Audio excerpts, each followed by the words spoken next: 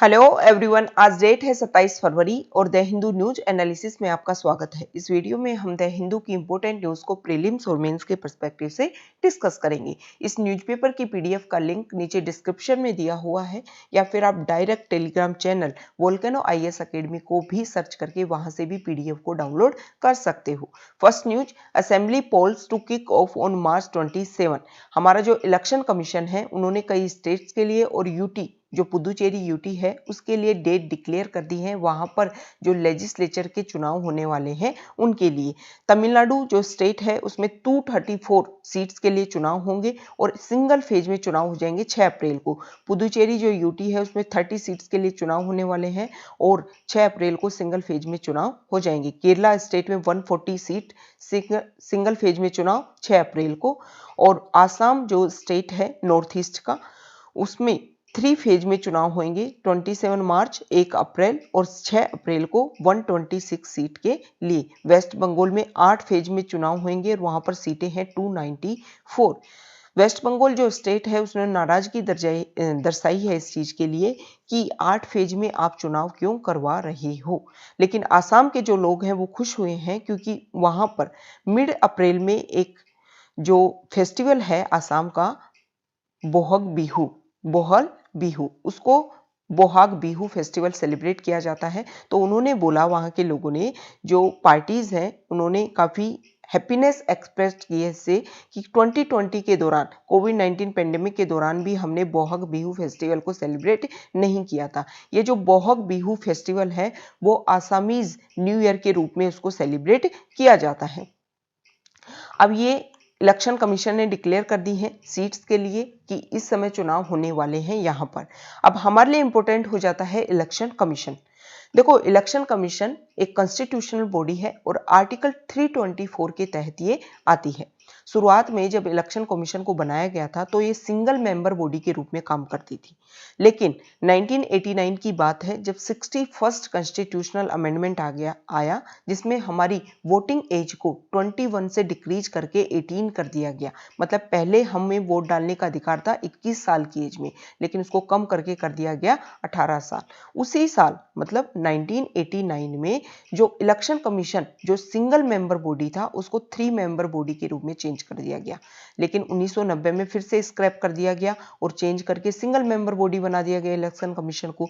लेकिन 1993 से मतलब 1993 से अब तक जो इलेक्शन कमीशन है वो 3 मेंबर बॉडी के रूप में काम करता आ रहा है। ठीक है, इंपॉर्टेंट बात हो गई, ये हमने इलेक्शन कमीशन के बारे में देख लिया। अब हम देखते हैं कि जो इसके मेंबर होंगे ना, जैसे हमारे अब chief election commissioner Sunil Arora हैं और इसके अलावा 2 इलेक्शन कमिश्नर और हैं। ठीक है, तो उनकी टर्म के बारे में ये इंपॉर्टेंट फैक्ट है, इसको हमेशा याद रखना है। टर्म के बारे में उनकी क्वालिफिकेशन क्या होनी चाहिए और उनको रीअपॉइंटमेंट किया जा सकता है नहीं किया जा सकता, इसके बारे में कॉन्स्टिट्यूशन में कुछ भी नहीं बताया गया है। आप इसको ऐसे याद कर सकते हो, TQR, T से टर्म, Q से क्वालिफिकेशन और R से रीअपॉइंटमेंट। मतलब इनके बारे में संविधान में कुछ भी बताया नहीं गया है कि उनकी टर्म कितने क्या होगी और उनकी क्वालिफिकेशन क्या होगी और उनको रीअपॉइंट किया जा सकता है नहीं किया जा सकता, इसके बारे में संविधान में कोई भी उल्लेख नहीं है। देखो, जो इलेक्शन कमीशन है वो वर्तमान में जो सबसे इंपॉर्टेंट काम कर रहा है वो ये कर रहा है कि जो हमारा पॉलिटिक्स है ना वो डिक्रिमिनलाइज हो। मतलब अगर 2019 के कुछ डाटा की अगर हम बात करें लोकसभा के चुनाव की, तो 43% जो फेसेस थे वो अपराधी थे। मतलब उनके ऊपर गंभीर चार्जेस लगे हुए थे। ठीक है, तो इलेक्शन कमीशन ने क्या किया है कि हमारी जो पॉलिटिक्स है वो डिक्रिमिनलाइज हो, इसके लिए अगर कोई पार्टी किसी व्यक्ति को टिकट देती है और उसके ऊपर कुछ चार्जेस लगे हुए हैं तो क्या कर सकती है, अगर वो अपराधी है तो आरपीए एक्ट 1951 के सेक्शन 8 के तहत जो इलेक्शन कमीशन है वो उनको पहले ही बार्ड कर सकता है। लेकिन किसी व्यक्ति के ऊपर सिर्फ चार्जेज हैं, वो अपराधी डिक्लेयर नहीं हुआ है, तो पार्टी को उन व्यक्तियों के बारे में अपनी जो साइट्स हैं जैसे फेसबुक साइट्स हैं, उनकी जो भी ऑफिशियल साइट है उन पार्टी की, वहां पर डिक्लेयर करना होगा कि हम इसको टिकट दे रहे हैं और इनके ऊपर ये चार्जेस लगाए गए हैं। लेकिन अब जो इलेक्शन कमीशन है उसने और ज्यादा इसकी गाइडलाइंस को इंक्रीज कर दिया है कि जो व्यक्ति जो व्यक्ति, जो पर्सन जिसके ऊपर चार्जेज है और जिसको टिकट मिली है, उसको भी खुद भी सेल्फ डिक्लेरेशन करना होगा न्यूज़पेपर में और टीवी के ऊपर। उनको खुद के प्रचार करना होगा कि मेरे ऊपर ये चार्जेज लगे हुए हैं। और ऐसे नहीं कि चुपचाप से न्यूज़पेपर में कहीं भी कि एक कोने में छोटी सी कटिंग में उन्होंने खुद के बारे में बता दिया। लोगों को जिस कंस्टिट्यूएंसी से वो लड़ रहे हैं ना, वहां लोगों में अवेयरनेस होनी चाहिए कि जो हमारे यहाँ पर चुनाव लड़ रहे हैं इस पार्टी से, उनके ऊपर ये चार्जेज हैं। ऐसा इलेक्शन कमीशन ने किया है। देखो, इलेक्शन कमीशन को पावर है, कोई भी पार्टी, मान लो मैंने कोई पार्टी बनाई और उसका मुझे रजिस्ट्रेशन करवाना है, तो जो इलेक्शन कमीशन है उसको पावर है कि वो किसी भी पार्टी को रजिस्ट्रेशन कर सकता है। जो आरपीए एक्ट 1951 है उसका सेक्शन 29A के तहत उसको रजिस्ट्रेशन की पावर है। लेकिन अगर हम बात करें रजिस्ट्रेशन के बाद में, अगर हम बात करें डी रजिस्ट्रेशन की, मतलब किसी पार्टी को उसका डी रजिस्ट्रेशन करना है, तो ये इलेक्शन कमीशन को पावर नहीं है। ये बातें हमें क्लियर होनी चाहिए। देखो, पॉलिटिक्स को डीक्रिमिनलाइज करने की जो कोशिश कर रही है हमारी इलेक्शन कमीशन, उसमें उसी के तहत 2013 में NOTA none of the above ये ऑप्शन भी लेकर के आए थे, ताकि जो हमारे वोटर्स हैं उनको अगर पता हो कि हमारे जो जिनको हम वोट देने जा रहे हैं उनके ऊपर कुछ चार्जेज हैं, और अगर वो चाहें कि हमें इनमें से एक भी कैंडिडेट पसंद नहीं है, उनकी जो सोच है, उनके जो आइडियाज़ है, अगर उनको क्लियर करना चाहते हैं तो उनको एक ऑप्शन दिया जाना चाहिए जिससे ये क्लियर हो कि पार्टीज ने जिनको भी टिकट दी है ना, वो सही कैंडिडेट नहीं है। तो ये इलेक्शन कमीशन के बारे में सारे इंपॉर्टेंट फैक्ट्स, वो किसी भी पार्टी को कैसे रजिस्ट्रेशन कर सकते हैं, उन सारे के बारे में सारे फैक्ट्स, और इलेक्शन कमीशन जो बॉडी है उसके बारे में सारे फैक्ट्स हमने डिसाइड किए। देखो, एक चीज आपको यहाँ क्लियर हो जानी चाहिए, election commission assembly polls, UT के पोल्स, इनके लिए डेट डिक्लेयर कर रहा है। तो आपको ये पता होना चाहिए कि जो इलेक्शन कमीशन है ना, वो किस किस के लिए, प्रेसिडेंट, वाइस प्रेसिडेंट, और जो हमारी पार्लियामेंट के लिए चुनाव होते हैं, इसके अलावा स्टेट असेंबली के लिए जो चुनाव होते हैं वो करवाता है कौन, इलेक्शन कमीशन। और लेकिन जो लोकल बॉडी के लिए चुनाव होते हैं, जैसे पंचायत के लिए या फिर म्यूनिसिपैलिटीज के लिए जो चुनाव होते हैं, वो इलेक्शन कमीशन नहीं करवाता है। ये आपको ध्यान होना चाहिए, उसके लिए स्टेट इलेक्शन कमीशन होता है। नेक्स्ट न्यूज वैक्सीनेशन प्रोग्राम को लेकर के है, और इसके अलावा जो हमारे इंडिया में वैक्सीन कोविड-19 के जो प्रॉब्लम्स, जो केसेस दोबारा इंक्रीज हो रहे हैं, उसके लिए मिनिस्ट्री ऑफ होम अफेयर्स ने कोविड-19 के लिए जो गाइडलाइंस हैं उनको मार्च 31 के लिए एक्सटेंड कर दिया है, ताकि जो एरिया, मतलब कई स्टेट्स में जो आउटब्रेक फिर से हो रहा है, तो उस ट्रांसमिशन की चेन को रोका जाए। इसके लिए जो एरिया जहां पर बहुत ज़्यादा केसेज इंक्रीज हो रहे हैं उनको कंटेनमेंट जोन में डिक्लेयर कर दिया जाए। इसके अलावा मिनिस्ट्री ऑफ होम अफेयर्स ने स्टेट्स को ये भी बोला है कि जो वैक्सीनेशन प्रोग्राम है उसको जल्दी से जल्दी, मतलब शीघ्र अप्लाई करो, उसको इंक्रीज करो, ताकि इस ट्रांसमिशन की जो चेन है उसको हम तोड़ पाए। नेक्स्ट न्यूज इंडिया और चाइना से रिलेटेड है। इंडिया और चाइना के जो फॉरेन मिनिस्टर हैं उनकी बातचीत हुई, और उसमें डिक्लेयर किया गया कि हम न्यू हॉटलाइन को इंश्योर करेंगे ताकि टाइमली कम्युनिकेशन हो पाए, क्योंकि पिछले साल जो डिस्प्यूट हुआ काफ़ी लंबे समय तक 9 to 10 मंथ तक स्ट्रगल चला इंडिया और चाइना के बीच में बॉर्डर डिस्प्यूट को लेकर के, उसकी वजह से जो रेगुलर बातचीत है वो नहीं हो पाई, और दोनों देशों ने के जो फॉरेन मिनिस्टर हैं उन्होंने इस बात पर एग्री किया कि बाउंड्री डिस्प्यूट की वजह से जो हमारे देश की, दोनों देशों की जो ग्रोथ है उसके ऊपर भी काफ़ी इफेक्ट गिरा है, और जो बाइलेटरल रिलेशंस हैं वो पिछले साल के द्वारा काफ़ी सीवियरली इम्पैक्ट उन पर पड़ा है। नेक्स्ट न्यूज हमारी इकोनॉमी से रिलेटेड है। इसमें बोला गया है कि 2020-21 की जो थर्ड क्वार्टर है उसमें जो ग्रोथ रेट है उसमें इंक्रीज हुआ है, 0.4% का राइज हुआ है हमारी जीडीपी में, ऐसा बोला गया है नेशनल स्टैटिस्टिकल ऑफिस के द्वारा। फुल फिशर की अगर बात करें तो नेशनल स्टैटिस्टिकल ऑफिस ने ये एस्टिमेट किया था कि जो हमारा जो इकोनॉमी है उसमें 8% का कॉन्ट्रैक्ट होगा। एनएसओ ने भी ये बोला है, देखो जो नेशनल स्टैटिस्टिकल ऑफिस है उसने ये बोला था कि फाइनेंशियल ईयर 21 में भी 7.7% का कॉन्ट्रैक्शन होगा। ठीक है, अगर जीडीपी की में बात करें पहले 2 क्वार्टर्स की, तो पहले क्वार्टर में 24.4% का और दूसरे क्वार्टर में 7.3% का श्रंक हुआ था। कोविड-19 पेंडेमिक और उसके द्वारा जो लॉकडाउन लगा था, उसका जो इफेक्ट की वजह से लॉकडाउन लगा था, उसकी वजह से ये श्रंक आया था। लेकिन जो एग्रीकल्चर सेक्टर है वो रेगुलर स्ट्रांगली कंटिन्यूड हो रहा है और इसी की वजह से जो हमारा Q3 है उसमें राइज देखने को मिला है। तो हमारे जो फाइनेंस मिनिस्टर हैं उन्होंने ये बोला है कि जो हमारी इकोनॉमी जो स्लो डाउन हो गई थी उसमें वी शेप्ड रिकवरी के लिए जो हम बात कर रहे थे, तो ये जो इंक्रीज हुआ है हमारी जीडीपी में, उससे हमारी जो वी शेप्ड रिकवरी है उसको स्ट्रेंथन मिलेगा। नेक्स्ट न्यूज यहां देखिए, कर्नाटका और केरला से रिलेटेड प्रॉब्लम है। क्या प्रॉब्लम है? कावेरी नदी बहती है कर्नाटका और केरला के बीच में। जो कावेरी नदी है वो साउथ इंडिया की अगर बात करें तो थर्ड लार्जेस्ट नदी है गोदावरी और कृष्णा के बाद में। कर्नाटका में जो वेस्टर्न घाट है वहां से कावेरी नदी निकलती है और फिर तमिलनाडु में बहती हुई ये बंगाल की खाड़ी में गिर जाती है। तो इसका जो पानी है ना उसके लेकर के डिस्प्यूट चल रहा है। सबसे पहले हम थोड़ा सा बैकग्राउंड की बात करेंगे।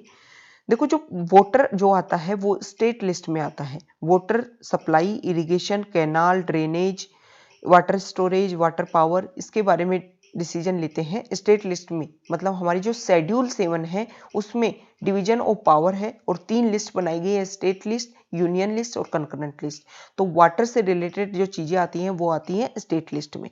और अगर हम बात करें इंटर स्टेट रिवर की, रिवर वैली की, तो ये किस में आती हैं? ये आती हैं यूनियन लिस्ट में। और इनके ऊपर काम जो लॉ बनाने का काम है वो है पार्लियामेंट को, अगर पब्लिक इंटरेस्ट की बात हो तो देखो, ये जो इस आर्टिकल में ये बोला गया है कि कर्नाटका से जो पानी आता है उसमें तमिलनाडु ने ये कोशिश की है कि ज्यादातर पानी तमिलनाडु यूज करे, लेकिन कर्नाटका ये चाहता है कि जो रेपेराइन जो एरिया है, मतलब नदी तट वाले जो एरिया है, उनको इनका ज्यादातर पानी दिया जाए। ये कर्नाटका का स्टैंड है कि the surplus water has to be shared between the riparian states. ऐसा बोला है किसने?